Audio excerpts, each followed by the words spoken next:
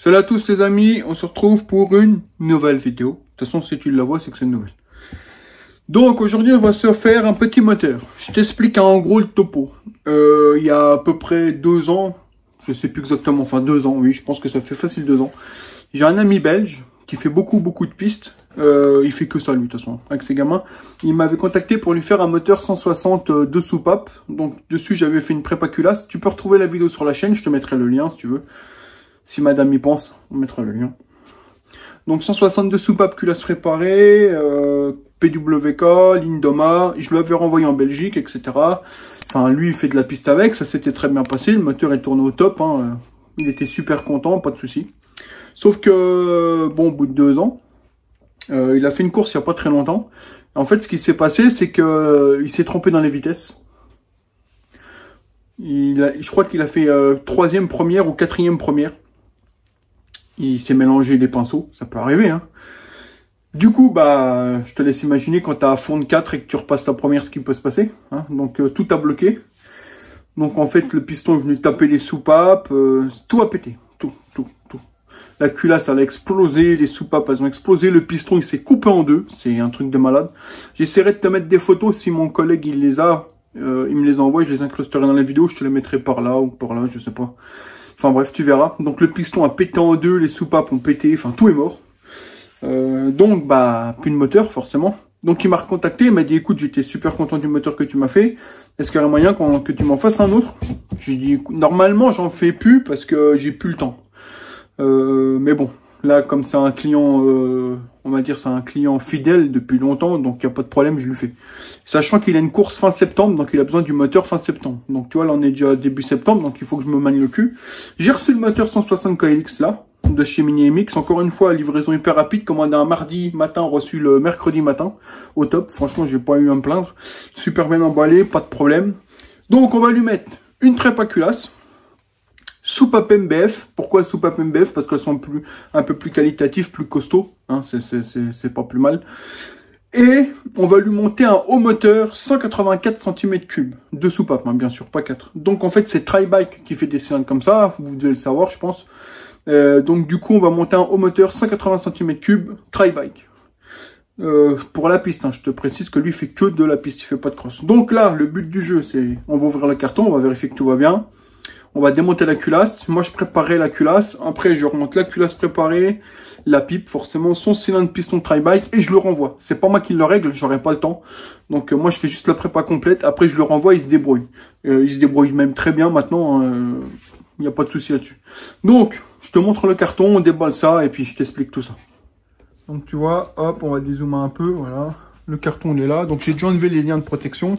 Là. Bon, je peux pas tenir le téléphone et le machin, mais t'as compris. Voilà. Voilà. Donc ça, c'est la facture, on s'en fout. Bon, comme tu vois, il y a une mousse de protection, c'est pas fait pour rien, hein. Elle est cassée, mais le principal, ce qu'on veut. Donc là, on a les soupapes MBF. Tu vois, j'avais commandé les soupapes MBF avec, ils me les ont mis bien gentiment ici, impeccable. Là, on a le kick. Et on doit avoir, si mes souvenirs sont bons, la pub d'admission. C'est la bonne ou pas la bonne? On va regarder ça tous les deux. YKick 002. Ah, celle-là, elle est parfaite. Celle-là, je l'adore parce que tu vois, il y a une grosse marge de progression. Quand tu veux les préparer, c'est mes préférés, celle-là. Donc ça, on n'en aura pas besoin, je te le dis tout de suite. Maintenant, je vais te donner, là, non, je te donne rien, toi. Là, il y a le tuyau. Ça, c'est quoi? C'est le tuyau de mise à l'air du moteur. Faut jamais le boucher, ça. Jamais. On s'en fout, c'est juste la mise à l'air du moteur. Voilà, je t'expliquerai ça. Après, bah, on va foutre des copeaux partout, hein, comme d'hab. Ça, c'est le truc que je déteste le plus, quoi. C'est mettre les copeaux partout. Après, ce qui est bien, c'est que moi, je vais réutiliser ce carton-là pour envoyer le moteur au propriétaire. Ça sera parfait. Donc là, on a quoi? On a le sélecteur qui donne avec. Et là, on a un beau 160 de soupape tout neuf, type KLX. Donc, je vais le sortir du carton, je le fous sur la table et puis je te reprends. Parce que là, à une main, ça va être compliqué. Ouais, c'est parti. Donc, voilà la bête. Je vais poser le téléphone, puis je vais t'expliquer 2-3 trucs vite fait. Hein, tu m'excuses. Voilà, donc voilà la bête. Donc, tu vois, super bien emballé. Le moteur est nickel. Donc c'est un 160 type KLX de soupape. Là on a les soupapes MBF comme c'était prévu. Donc ça c'est en plus, hein, forcément. On les mettra ensemble. Donc, première chose, franchement, ce que j'aime bien là tout de suite, c'est ce petit détail, tu vois. Les petits chinois là, ils font de mieux en mieux. Ça j'aime bien. Donc là, normalement, si je raconte pas de conneries, je vais pas démonter, mais je pense qu'on a l'allumage racing parce qu'on a que 3 fils. Je peux me tromper, hein. Mais bon. Et par contre, ce que j'aime bien, c'est ce petit bout de gaine thermo, tu vois. Il y est pas sur tous. Et là, ils l'ont mis. Donc là, toi, tu as juste à chauffer. La gaine, elle va venir bien bloquer et ça sera top. Ça empêche l'eau de passer. Ça, c'est cool. Tu vois, c'est des petits détails qui sont cool. Par contre, ici, tu vois, c'est bouché. Il faudra venir enlever ce capuchon là et on mettra le tuyau noir que je te montrais tout à l'heure. C'est le tuyau de mise à l'air du moteur. Ça, faut toujours le laisser à l'air libre. Faut jamais le boucher. Je vous le dis parce que j'ai eu beaucoup de fois la question. Si tu bouches ça, tu peux venir exploser le moteur. Donc, faut pas faire le con. Ensuite, on va parler de l'huile. Donc là, je vais te montrer le niveau d'huile du moteur. Donc là, tu vois, excuse-moi, le téléphone a bugué. Là, il est rempli de rempli. Donc là, il y a beaucoup trop d'huile et en plus de ça, c'est l'huile de stockage. Certains disent, ouais, on peut rouler avec. Toi, tu fais ce que tu veux. Moi, je te donne mon avis là-dessus. Déjà, d'une, là, il y a trop d'huile. Si tu le fais tourner comme ça, je peux te garantir que le moteur, il fait pas longtemps. Si tu le laisses rempli comme ça, moi, je pense que tu fais pas 2 heures que le moteur, tu le prends dans la gueule. Trop d'huile, c'est pas bon. Faut pas déconner que ça. Donc, moi, comme d'hab, je vais le vidanger direct parce que de toute façon, l'huile qui est dedans, poubelle. Mais par contre, ne roulez jamais avec l'huile de stockage. Franchement, même là, il y en a trop, tu vois. Donc là, je vous conseille même pas de le démarrer. Vous le vidangez, vous refaites le niveau d'huile direct. Voilà. Donc bon, maintenant, on va le blablater. On va venir démonter la culasse. Donc premièrement, je vais le vidanger. Une fois que la vidange sera faite, bah, on va venir démonter la culasse. Hein. Donc comme d'hab, on va venir enlever ce tuyau-là. On va venir enlever le cache distri, enlever la couronne de distri. On va venir enlever le tendeur de chaîne, forcément. Puis après, hop, on démonte les écrous et ça sort. Il n'y a pas grand-chose à faire. Hein. Il n'y a pas besoin de le caler, reperter, machin, puisqu'on va le démonter. De toute façon, on s'en fout. Et le cylindre sera changé également. Cylindre tout neuf qui démarrera jamais, parce qu'on va le remplacer par un tri-bike 184 cm3. Donc voilà. Donc allez, c'est parti. Je prépare un peu ce qu'il me faut, et puis puis je te reprends. Donc me revoilà les gars. Donc premièrement, j'ai enlevé le cache allumage pour aller vérifier. Tu vois, il est humide, mais c'est normal, hein, c'est transport que comme ça. Donc déjà, on a un joint de carter d'allumage. Ça, c'est rare maintenant, ils ne le mettent pas tout le temps. Ça dépend des séries. Donc là, on a le joint, c'est cool, merci, hein, mon petit chinois. On n'a pas l'allumage racing, tu vois. On a juste un allumage classique avec les 3 fils sans l'éclairage. Donc lui, il le changera. Hein. Il m'a dit, t'inquiète pas, tu le changes pas, il le fera lui-même. Donc ne t'inquiète pas dans la vidéo, moi, je ne veux pas le changer. Mais lui, arrivé chez lui, il le changera parce qu'il y a des allumages en stock. Alors, on va pas se faire chier, je vais pas lui facturer un allumage alors qu'il en a chez lui, ça sert à rien. Tu vois. Donc là, on va laisser comme ça. Maintenant, certains vont me dire, ouais, bah, mets-toi reperté. On pourrait, hein, toi, comme d'hab, hein, reperter ici, tu t'alignes là, et si tu veux, mais on s'en fout parce qu'on le démonte. Là, avant de faire tout ça, il faut le vidanger le moteur. Parce que là, si tu ouvres la culasse comme ça, je peux te garantir que tu as de l'huile partout. Donc, première chose, on vidange. Allez, c'est parti. Donc, nous voilà. Donc là, je laisse bien couler le moteur. Tu vois, ça fait à peu près 10 minutes. Hein. Puis, vu la quantité d'huile qu'ils avaient mis dedans, bah, il continue de couler. Donc, il y a beaucoup de trop. Donc là, je reviens sur un petit point. Tu vois, là, je suis calé au reperté. Pas de problème. Et là, on est aligné. Tu vois les traits. Enfin, on voit rien, mais j'ai pas la lampe, elle est de l'autre bout. En fait, tu vois bien, toi, le trait, il est là. Donc là, on est aligné. Mais ça veut pas forcément dire que tu es au point mort. Pourquoi? Parce que tu as le FL, tu vois. Le FL qui est planqué ici. Je sais pas si tu vas le voir, voilà. Des fois, le chinois, il te le met là quand tu es en point mort haut. Et des fois, il te le met là. Lui, il s'en fout. Hein, il s'en branle, le chinois. Donc, en fait, c'est un repère visuel. Donc là, toi, on se dit, on est calé ici. On est calé ici. Tu vois, je sais pas comment faire. On voit pas mieux, mais c'est pas grave, tu m'excuses. Enfin bref, tu m'as compris. Là, on est bien les traits alignés là, et on est calé là. Par contre, rien ne nous dit qu'on est au point moraux.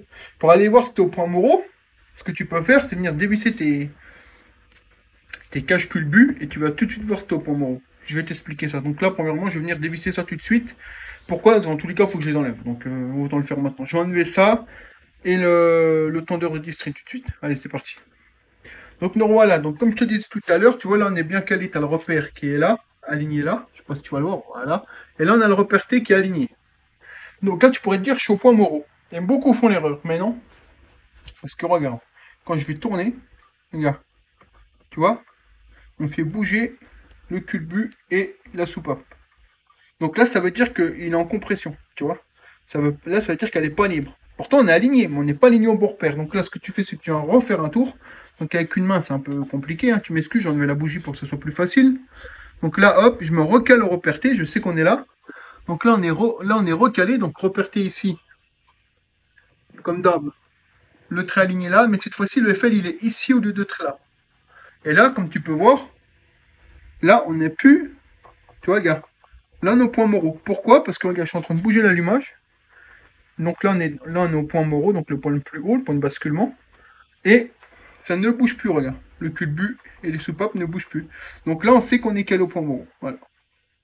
Donc là, tu sais, toi. Parce que là, en fait, quand tu actionnes ton allumage, tu es au point de basculement. Et du coup, tes oreilles de Mickey, donc les câbles de l'arbre à câble, sont vers le bas. Et du coup, ils n'appuient pas sur tes soupapes. Enfin, sur tes culbuts qui entraînent. Enfin, t'as compris, quoi. Bref. Donc là, regarde, t'entends même. Donc là, tu as un peu de jeu, c'est normal, c'est ton jeu aux soupapes. C'est là que tu le contrôles normalement. Moi, je le fais pas. Pourquoi? Parce qu'on s'en fout de le démon, de toute façon. Donc, maintenant qu'on a fait ça, je vais venir enlever le tendeur de distri. Ensuite, je vais venir virer la petite roulette de distri. Je viendrai enlever le cache-culbut en dessous. Je remettrai le bouchon d'huile parce que ça coule encore, c'est pour ça que je le laisse comme ça. Et après, on pourra dévisser là, faire sauter la culasse, bien sûr en enlevant cette petite durite qui est là. Bon, on n'y est pas encore, je te reprends. Donc là, les gars, maintenant qu'on est calé tout, bon, ça on s'en foutait, mais je te l'expliquais quand même. J'ai enlevé tous mes caches pour moi me faciliter la vie. Le tendeur de distri, je t'expliquerai comment ça marche, t'inquiète pas. Désolé, j'ai le OK. Je suis venu dévisser ça. Toi, là, ils sont dévissés. Donc là, je vais les enlever. Les deux. Ensuite, je vais faire glisser la couronne, enlever la chaîne. Ensuite, je vais venir dévisser la vis qui est là, celle qui est au-dessus. Les quatre là. Dévisser la vis, le passage d'huile, hein, la durée d'huile là. Et on pourra enlever notre culasse, tout simplement. Franchement, il n'y a rien de très compliqué là-dedans. Donc allez, c'est parti. J'enlève déjà ça. Donc là, on a tout démonté, tu vois, il me reste plus qu'à enlever les petites rondelles là. On a tout démonté, les vis qui étaient là, la couronne, etc. La durite qui était là, passage d'huile. Donc là, bah, j'ai plus qu'à tirer sur la culasse, elle va s'enlever, tout simplement. Donc nous revoilà les amis. Donc, j'ai enlevé la culasse. Là, le moteur, je le laisse comme ça pour l'instant. Pourquoi? Parce que comme je vais devoir changer le cylindre, je vais pas l'enlever maintenant, comme ça évite que la merde elle rentre dedans. Je vais ranger le moteur bien au propre sous le côté. Et moi, ce que je vais m'occuper, c'est la culasse. On va venir enlever l'arbre à câble, les soupapes, etc. Et puis après, je viendrai la préparer. Donc comme tu vois, à l'usine, hein, ils les démarrent pas. Hein, c'est tout neuf. Hein. Donc c'est pour ça que je vous dis qu'ils mettent de l'huile dedans, etc. Il faut tout de suite la vidanger. Hein. Tu vois bien que c'est tout neuf, hein, ça n'a pas démarré. Hein. Ensuite, qu'est-ce que j'allais te dire? Oui, beaucoup me demandent le serrage au couple, les fiches constructeurs, etc. Il n'y en a pas. Il n'y a pas de fiches détaillées de tous les serrages, etc. C'est pas vrai, il n'y en a pas. Déjà là, je peux te garantir que essaye quand tu as un moteur neuf de venir dévisser la culasse. J'ai dû prendre le gros cliquet là et forcer à 2 tellement c'est serré fort. Donc le chinois, lui, il s'en fout un peu. Hein. Lui, il serre un baston. J'en ai chié à enlever la culasse là, parce que c'était vraiment serré fort. Et toi, il y a des trucs qui sont pas serrés. Comme ça, toi, ça c'est pas serré. Donc moi, quand je remonte, je serre au couple. Mais parce que j'ai toujours serré au couple la culasse, tu vois. Mais d'origine, c'est pas serré au couple. Hein. Les mecs, ils serrent ça, ils s'en foutent en fait. Hein. Mais ça casse pas. Hein. Ça casse pas. C'est sûr que c'est mieux de serrer au couple, mais ça casse pas. Hein. C'est pour ça que je vous dis, vous inquiétez pas quand vous serrez pas au couple. Vous serrez, une fois que c'est fait, on arrête quoi. Donc de toute façon, je vais te montrer tout ça quand on le remontera. Là, je vais écarter le moteur sous le côté. Je vais continuer de dépluter la culasse. Comme ça, moi, je pourrai la préparer. Allez, c'est parti. Donc, me revoilà avec ma culasse, les potes. Donc, premièrement, pour venir enlever tes soupapes et tout, il faut que tu viennes enlever tes culbuts. Hein, forcément. Donc, pour faire ça, c'est pas compliqué. Il faut que tu viennes dévisser ces deux vis-là. Là, je te conseille de prendre le bon tournevis avec la bonne empreinte pour éviter de foirer les vis. Parce que si tu les foires, pour les enlever, bravo après. Une fois qu'on aura enlevé ça, on pourra déjà enlever tout ce qui est culbut, etc. Donc, c'est parti. Après, je vais te montrer comment on enlève l'arbre à câble. Donc là, déjà, tu prends le bon tournevis avec la bonne empreinte. Donc, tu vois, le bon tournevis, la bonne empreinte. Hop. Tu arrives, tu te mets dedans et ça vient tout seul, tu vois. Tu n'as pas besoin de te péter la tête. Hop.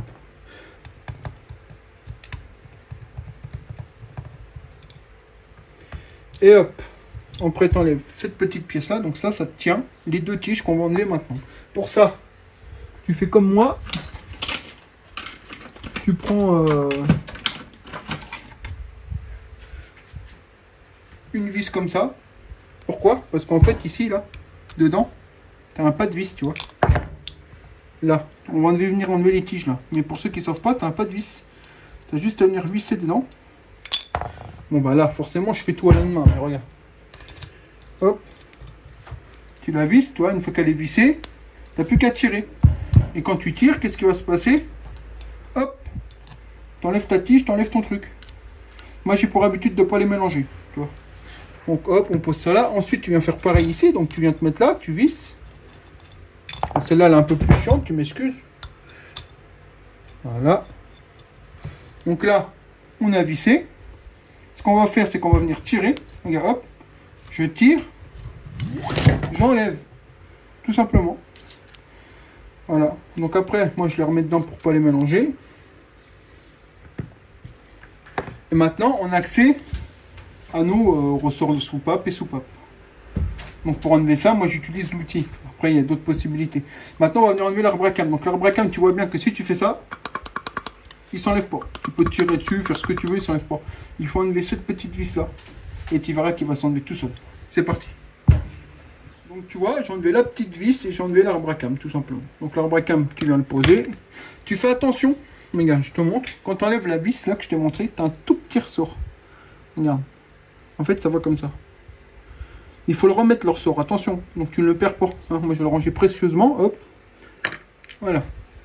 Donc maintenant qu'on est là, qu'on a enlevé l'arbre à cam, les culbus et tout, il ne nous reste plus qu'à enlever les soupapes. Pour ça, moi, j'ai les outils.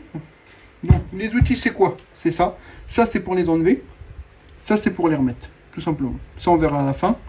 Donc pour les enlever, il n'y a pas de technique de barbare. Hein. C'est ça, tu vois, c'est ni plus ni moins qu'un outil rond. Tu viens mettre une douille sur ta soupape en dessous pour pas qu'elle bouge. Donc je vais attendre ça. Donc, tu vois, moi je prends une douille, hop, je la mets comme ça sur la soupape d'échappement, c'est la plus petite, on va commencer par celle-là. Tu cales ta culasse comme ça. Alors attention, hein, ça ne casse rien, c'est fait pour. Hein. Là, tu arrives, tu prends ton outil, comme ça.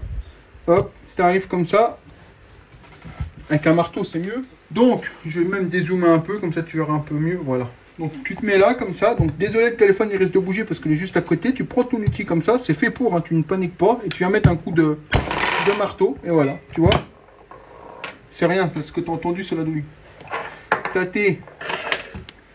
tes deux demi-lunes qui se sont enlevées, tu vois, elles ne sont pas cassées, il n'y a rien de cassé, c'est fait exprès. Tes demi-lunes sont enlevées, tu viens les mettre sur le côté délicatement, ensuite tu peux venir... Moi j'ai oublié la pince, tu m'excuses. Hop, tu peux venir enlever... Donc, le gros ressort, enfin, ta coupelle, il y a le gros ressort et le petit à l'intérieur comme ça. Décidément, aujourd'hui, ça va pas. Donc, je te disais, excuse-moi, donc une fois que tu as enlevé tes demi-lunes, tu as ta coupelle, le gros ressort, et dans le gros ressort, bah, tu as un petit ressort, tout simplement. C'est fait exprès. Donc, hop, ça tu ranges.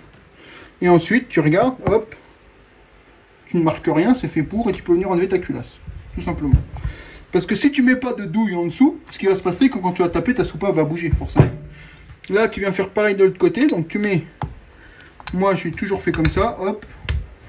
Tu viens de caler. Hein, je vais même reculer un peu pour que tu voyes. Voilà. Je vais déjà ranger ça, comme ça ne traîne pas. Tu vois. C'est toujours mieux de faire les choses correctement dès le début. Hop. Ça ne veut pas, forcément. De toute façon, à chaque fois que tu veux faire, en vidéo, ça ne veut pas. C'est pas compliqué. Donc hop, je vais mettre tout ça là-dedans. Moi je range tout dans une boîte, comme ça c'est fait.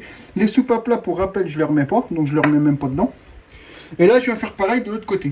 Donc hop, tu te cales, tu prends ton outil comme ça, tu arrives, et voilà. Là tu vois bien les demi-lunes ont sauté. Je pense pas que ça soit aimanté. Non. Donc tu prends ta coupelle. Voilà. Le ressort, le petit ressort, le gros ressort. J'ai la petite coupelle qui est dedans. Voilà, elle est retombée dans ma main. Tu la vois bien, elle est là.